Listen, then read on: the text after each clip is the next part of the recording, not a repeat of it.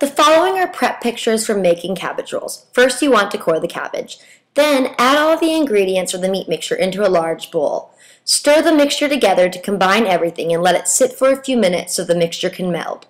Then, add your cabbage to boiling water.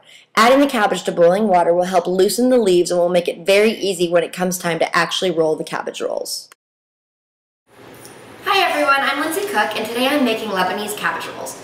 Cabbage rolls are a huge thing in my family. We absolutely have to have them around the holidays, and you can always find at least 20 of them frozen in my mom's freezer.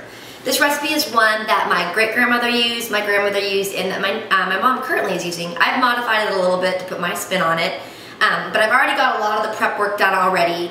I started with 2 heads of cabbage and boiled those just to get the leaves real loose and limp so that they're easy to roll. You want to make sure that you don't quite cook the leaves all the way through, but just get them so that they're real pliable and easy to roll up.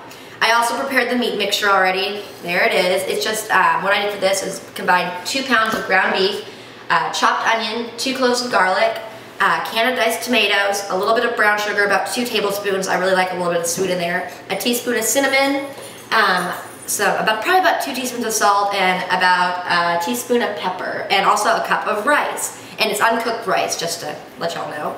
And then you just mix it all together, and that'll serve as the filling for the cabbage rolls. As you can see, I've been filling cabbage rolls all morning. It's a great way to spend your Saturday morning.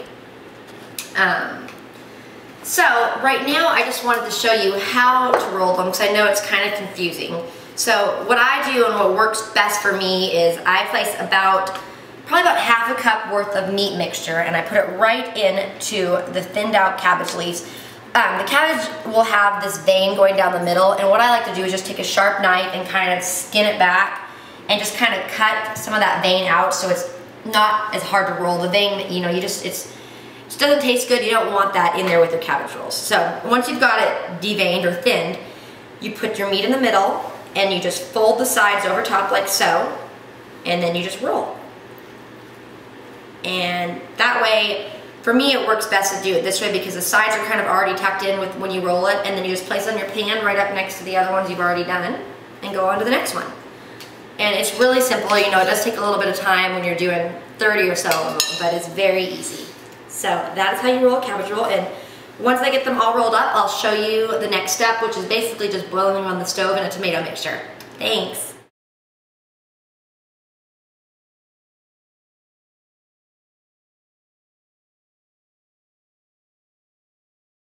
Hey, we're back over here. Just a minute ago I was showing y'all how to wrap cabbage rolls properly. After I got done doing that, I made the sauce that the cabbage rolls cook in. I know everyone kind of has a different recipe for this, but my family's always done a combination of tomato products. Just a tomato soup, tomato paste, and actually diced tomatoes.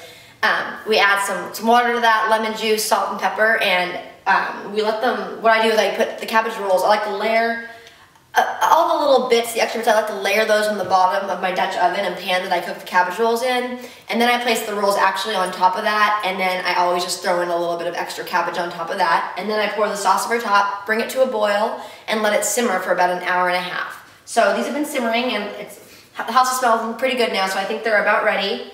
So I'm just going to check on them. And most of the liquid gets absorbed into the cabbage roll, so that's kind of another way of knowing when they're done. So everything looks good here, so I think we are ready to serve them up. I usually like about 2 cabbage rolls, but my dad can eat about 5 of them, so it kind of depends on who you're serving, but this is a good average size.